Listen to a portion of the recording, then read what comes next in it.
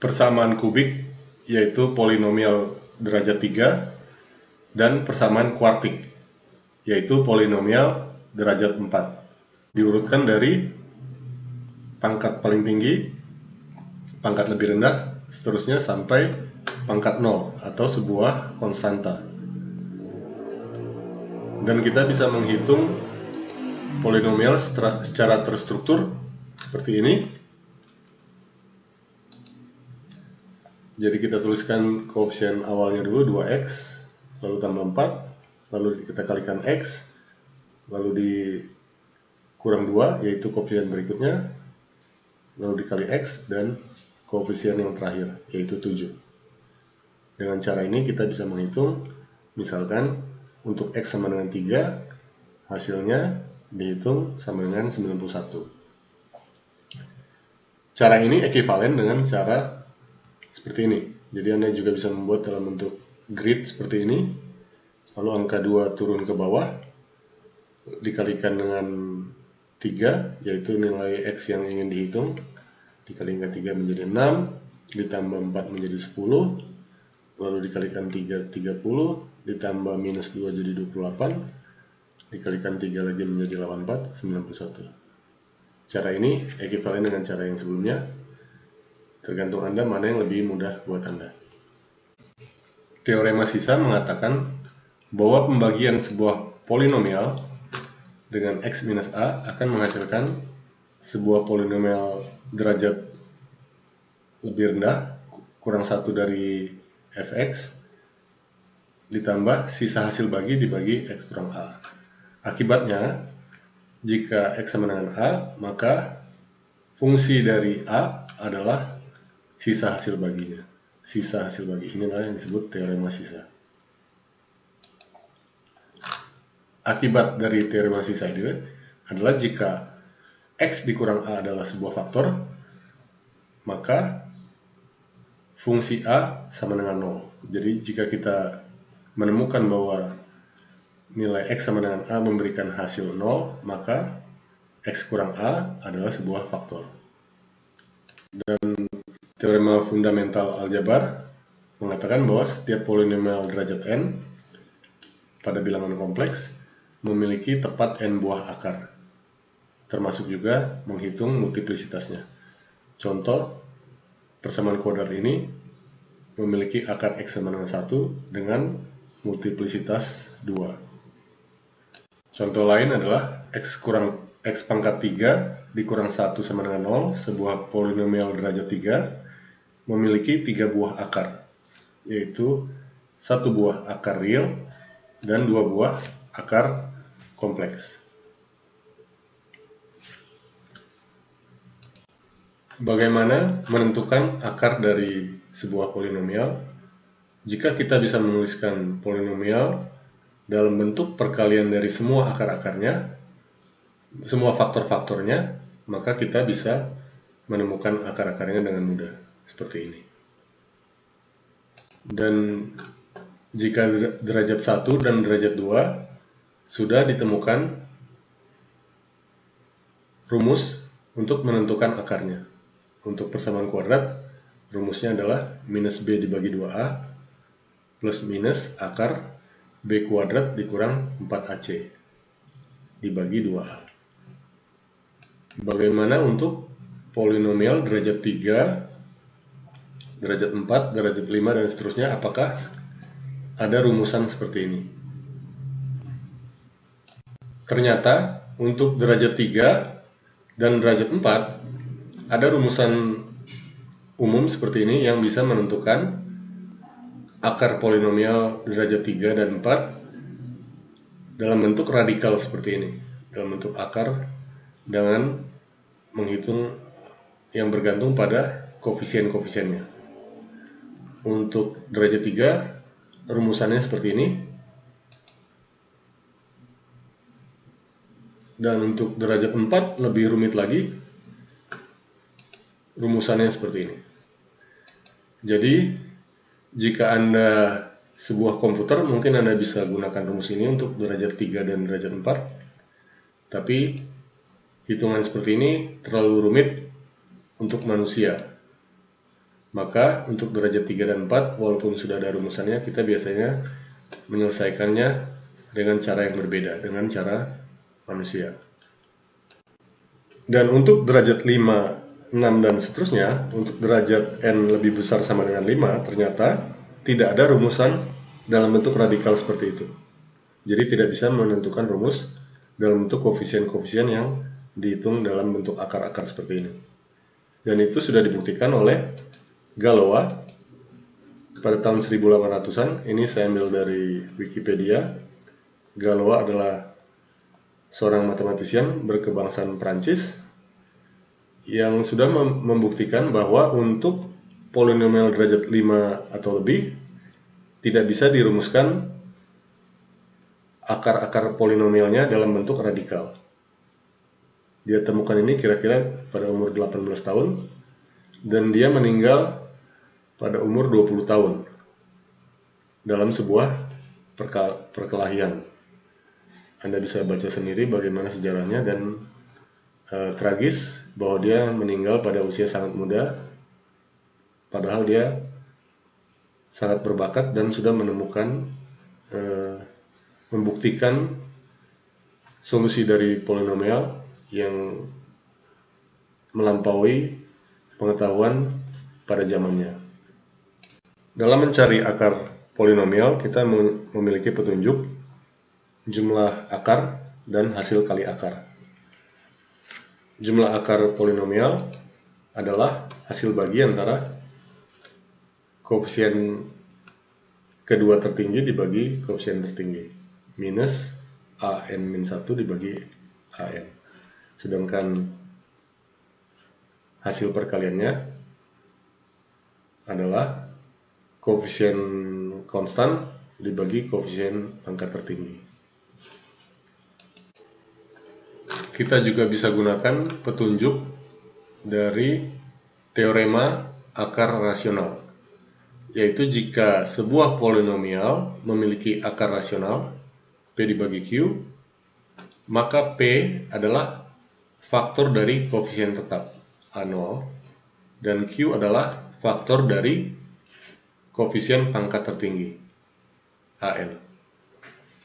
Contoh di sini, misalkan kita punya polinomial seperti ini, maka jika ada akar rasional, maka akar rasional tersebut P dibagi Q, maka P adalah faktor dari minus 8. Jadi kemungkinannya P bisa jadi plus minus 1, plus minus 2, plus minus 4, dan plus minus 8. Sedangkan Q adalah faktor dari 2, yaitu plus minus 1 atau plus minus 2. Jadi kita coba satu persatu. Jika hasil dari polinomial tersebut adalah 0, maka itu adalah sebuah faktor. Mari kita coba satu persatu. Misalkan kita coba X sama dengan 1, maka hasilnya adalah 2 dikali 1 sama dengan 2, ditambah minus 11 jadi minus 9, dikali 1 minus 9, ditambah 18 sama dengan 9, lalu dikali 1 9, ditambah minus 8 menjadi 1. Ternyata ini bukan faktor. Mari kita coba dengan nilai lainnya. Misalkan X sama dengan 2, maka ini kita hitung 2 dikali 2 sama dengan 4, ditambah minus 11 min 7, lalu dikalikan 2 minus 14, ditambah menjadi 4 dikali 2 sama dengan 8, lalu ditambah menjadi 0. Ternyata kita sudah menemukan sebuah faktornya, yaitu X sama dengan 2. Sama dengan perkalian dari X kurang 2, karena ini adalah akarnya, atau X kurang 2 adalah faktornya, dikali hasil baginya, yaitu 2 Jadi ini adalah hasil baginya.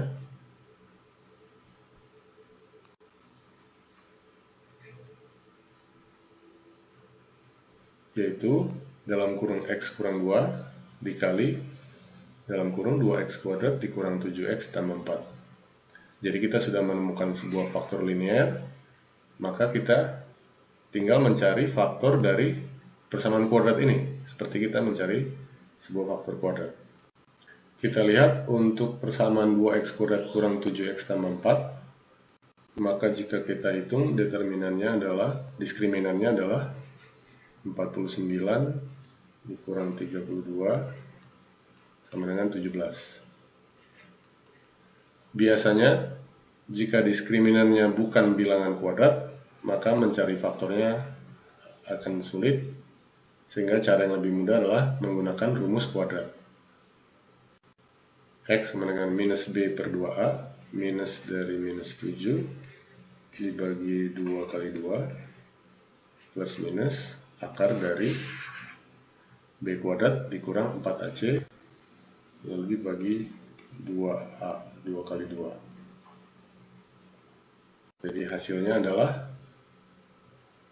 7 per 4 plus minus akar 17 per 4. Jadi persamaan kubik ini memiliki akar X sama dengan 2, lalu X sama dengan 7 per 4 plus akar 17 per 4, dan X sama dengan 7 per 4 dikurang akar 17 per 4. Kasus khusus dari teorema akar rasional adalah teorema akar bilangan bulat. Jadi, jika koefisien AN sama dengan 1, maka P adalah sebuah faktor bilangan bulat, yaitu P adalah faktor dari koefisien tetap, dari A0. Contoh sebuah persamaan kubik di sini, X pangkat 3 ditambah 2X kuadrat dikurang 11X kurang 12. Karena koefisien di sini adalah 1, maka akar dari polinomial ini adalah faktor dari 12. Maka faktor yang mungkin P adalah plus minus 1, plus minus 2, plus minus 3, plus minus 4, plus minus 6, atau plus minus 12. Mari kita coba satu persatu. Kita tuliskan koefisiennya 1, plus 2, min 11, dan minus 12. Kita coba untuk X sama dengan 1. 1 dikali 1 menjadi 1, 1 ditambah 2 menjadi 3, 3 dikali 1 menjadi 3, ditambah minus 11 menjadi minus 8, dikali 1 menjadi minus 8, hasilnya menjadi minus 20, berarti 1 bukan akar. Lalu kita coba min 1, 1 kali min 1 menjadi min 1, tambah 2 menjadi 1, lalu dikali min 1 menjadi min 1, ditambah menjadi minus 12, minus 12 dikali min 1 menjadi 12, maka X sama dengan min 1 adalah sebuah akar. Jadi kita bisa menuliskan persamaan kubik ini dalam faktor X tambah 1. Kita tuliskan X tambah 1 dikali hasil bagiannya, X kuadrat. Di sini 1X kuadrat tambah 1X dikurang 12.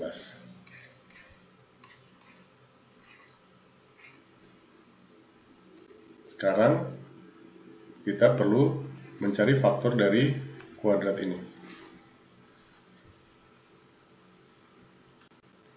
Kita lihat diskriminannya adalah 1 kuadrat dikurang 4 dikali 1 dikali minus 12, yaitu 49, sebuah kuadrat sempurna, maka ini seharusnya mudah difaktorkan. Kita lihat faktornya adalah X tambah 4 dan X kurang 3. Atau Anda bisa juga gunakan rumus kuadrat, akan mendapatkan hasil yang sama. Minus 1 per 2 plus minus akar 1 kuadrat, ini kurang 4 kali 1 kali minus 12 dibagi 2, yaitu akar min 1 plus minus 7 dibagi 2. Hasilnya adalah min 4 atau X sama dengan 3. Biasanya kalau diskriminannya adalah bilangan kuadrat sempurna, mencari faktornya lebih mudah. Tapi kalau contoh seperti yang di atas, diskriminannya adalah 17, bukan sebuah bilangan kuadrat, maka memfaktorkannya lebih sulit, lebih mudah menggunakan rumus. Jadi, persamaan kubik X pangkat 3 ditambah 2X kuadrat dikurang 11X kurang 12 sama dengan 0 memiliki akar X sama dengan min 1 atau X sama dengan min 4 atau X sama dengan 3. Jika Anda ingin berlatih, Anda bisa gunakan persamaan kubik ini. Carilah solusinya pertama dengan mencari sebuah faktor linear, lalu akan menjadi sebuah faktor linear dikali faktor kuadrat. Anda bisa selesaikan persamaan kuadratnya dengan rumus kuadrat atau pemfaktoran kuadrat. Maka akan menemukan bahwa min 1 adalah sebuah akarnya. 3 dikali min 1 sama dengan minus 3, lalu ditambah menjadi plus 9, plus 9 dikali dengan 4 dikali min 1, hasilnya 0. Jadi persamaan ini bisa kita tulis sebagai X ditambah 1, lalu dikalikan faktor 3X kuadrat ditambah 9X ditambah 4 sama dengan 0, maka kita harus mencari faktor kuadrat dari ini. Jika kita hitung, diskriminan dari persamaan kuadrat ini adalah B kuadrat kurang 4AC, 9 kuadrat dikurang 4 dikali 3 dikali 4 sama dengan 33. Jadi bukan sebuah bilangan kuadrat, maka lebih sulit memfaktorkannya, lebih mudah menggunakan rumus kuadrat. Kita gunakan rumus kuadrat, didapatkan X sama dengan min 9 plus minus akar 33 dibagi 6, maka kita sudah memperoleh semua akarnya, yaitu X sama dengan min 1, lalu X sama dengan min 9 ditambah akar 33 dibagi 6, dan min 9 dikurang akar 33 dibagi 6. Mari lanjut membahas persamaan pangkat 4, persamaan kuartik. Cara menyelesaikan persamaan ini adalah dengan mencari sebuah faktor linear, maka kita akan mendapatkan faktor linear dikali sebuah persamaan kubik. Dari teorema akar integral, di sini akar bilangan bulat, maka akar-akar yang mungkin adalah faktor dari 24. Faktor dari 24 adalah 1, plus minus 1, plus minus 2, plus minus 3, plus minus 4, plus minus 6, plus minus 8, plus minus 12, dan plus minus 24. Kita coba misalkan 1 dikali 1 sama dengan 1 ditambah minus 4 menjadi minus 3 dikali 1 minus 3 minus 10 dikalikan 1 minus 10 12 kali 1 12, ternyata bukan faktor. Lalu kita coba min 1 turunkan menjadi 1 dikali min 1 sama dengan min 1 ditambah menjadi minus 5 dikalikan min 1 menjadi 5 ditambah menjadi min 2, dikalikan min 1 menjadi plus 2, 24, dikalikan min 1 menjadi minus 24, dijumlahkan menjadi 0. Ternyata X sama dengan min 1 adalah sebuah akar. Artinya X tambah 1 adalah sebuah faktor. Jadi X tambah 1 adalah faktornya dan hasil baginya adalah 1x pangkat 3 dikurang 5x kuadrat dikurang 2x ditambah 24. Maka kita sudah mempunyai sebuah faktor linear dan ada persamaan kubik. Maka kita akan mencari faktor dari persamaan kubik ini.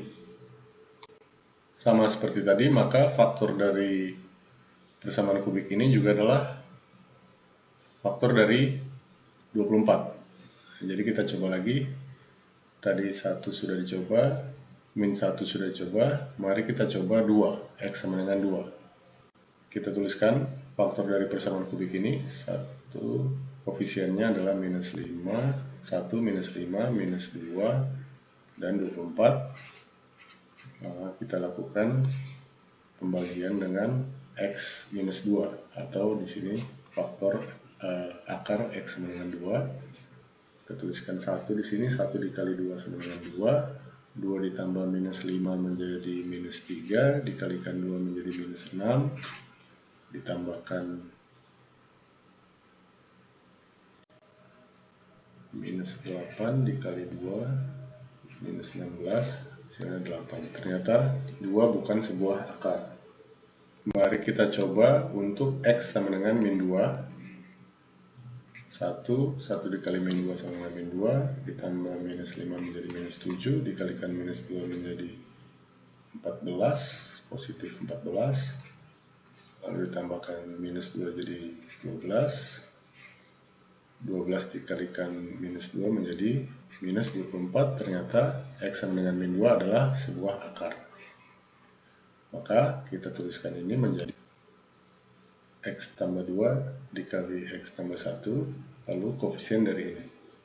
Sebuah persamaan kuadrat, 1x kuadrat dikurang 7x ditambah 12 sama dengan 0.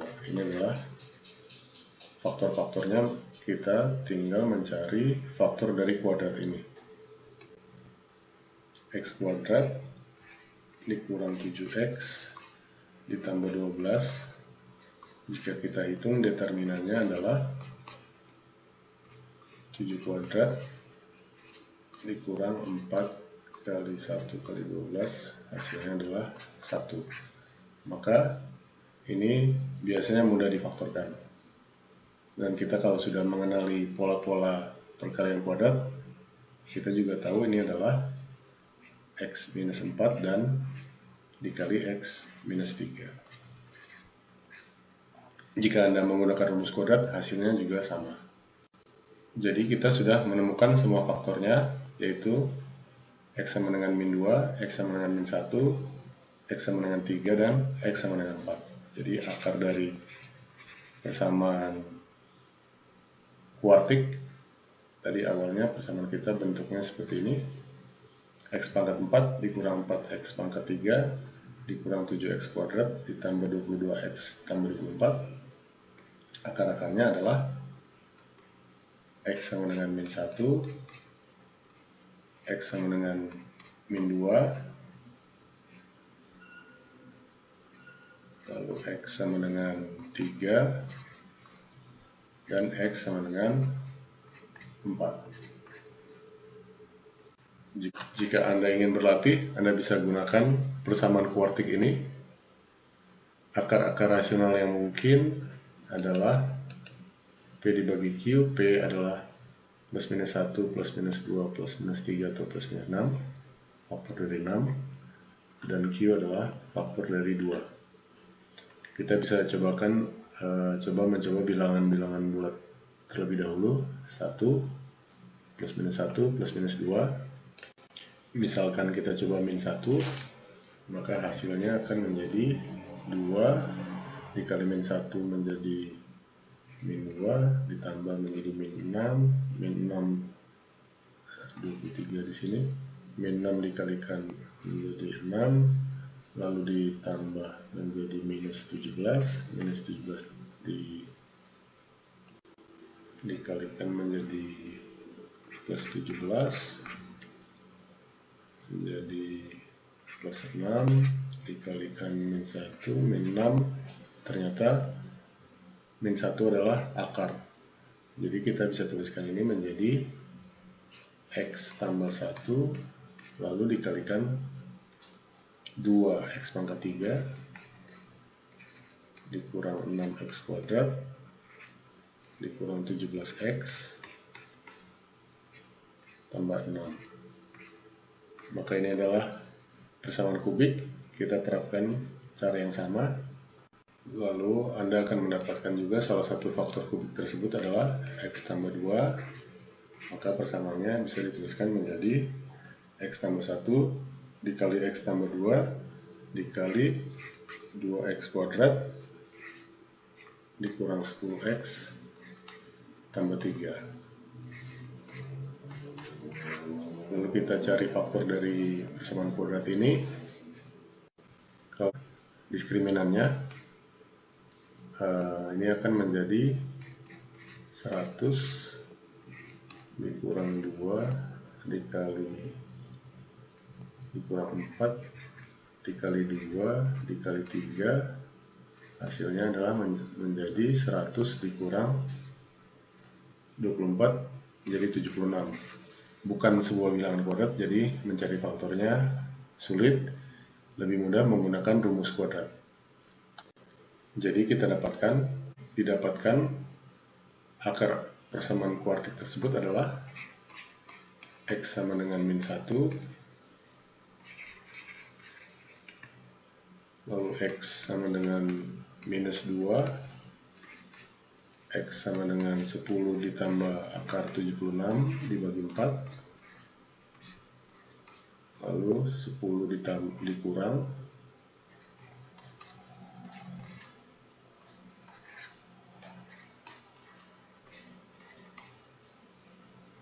jadi kita pelajari bahwa pada umumnya kita tidak bisa langsung menemukan semua faktor linear seperti ini. Untuk persamaan kuadrat mungkin bisa ditemukan dengan mudah, atau cara yang lebih umum adalah menggunakan rumus kuadrat.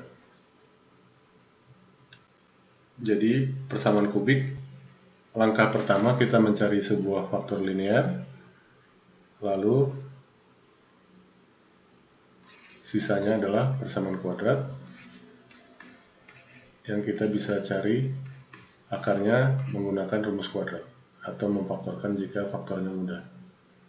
Sedangkan untuk persamaan kuartik, kita harus mereduksi dulu sebuah akar linear lalu dikalikan dengan sebuah persamaan kubik.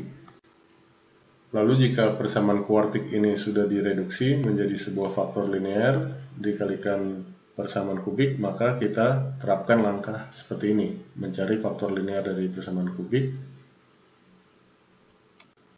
sehingga kita dapatkan persamaan kuartik ini bisa dituliskan dua buah akar linear, X kurang alpha 1 lalu X kurang alpha 2 lalu dikalikan sebuah persamaan kuadrat X kuadrat. Maka persamaan faktor dari persamaan kuadrat ini bisa ditemukan dengan mudah menggunakan rumus ini. Sedangkan untuk N sama dengan 5 dan seterusnya, caranya juga sama, asalkan kita bisa mencari faktor linearnya, tapi dalam kasus tidak bisa dicari persamaan linearnya, maka solusinya akan menjadi lebih sulit. Dan juga seperti yang sudah dibuktikan oleh Galois bahwa untuk N sama dengan 5 dan pangkat lebih tinggi, bahwa solusi bentuk radikal bisa jadi tidak ada. Jadi solusinya dalam hal itu kita akan menggunakan metode aproksimasi atau metode numerik. Metode numerik tidak saya bahas di sini, mungkin akan saya bahas di video-video berikutnya. Demikian untuk pembahasan persamaan pangkat 3 atau persamaan kubik dan persamaan pangkat 4 atau persamaan kuartik. Sekian.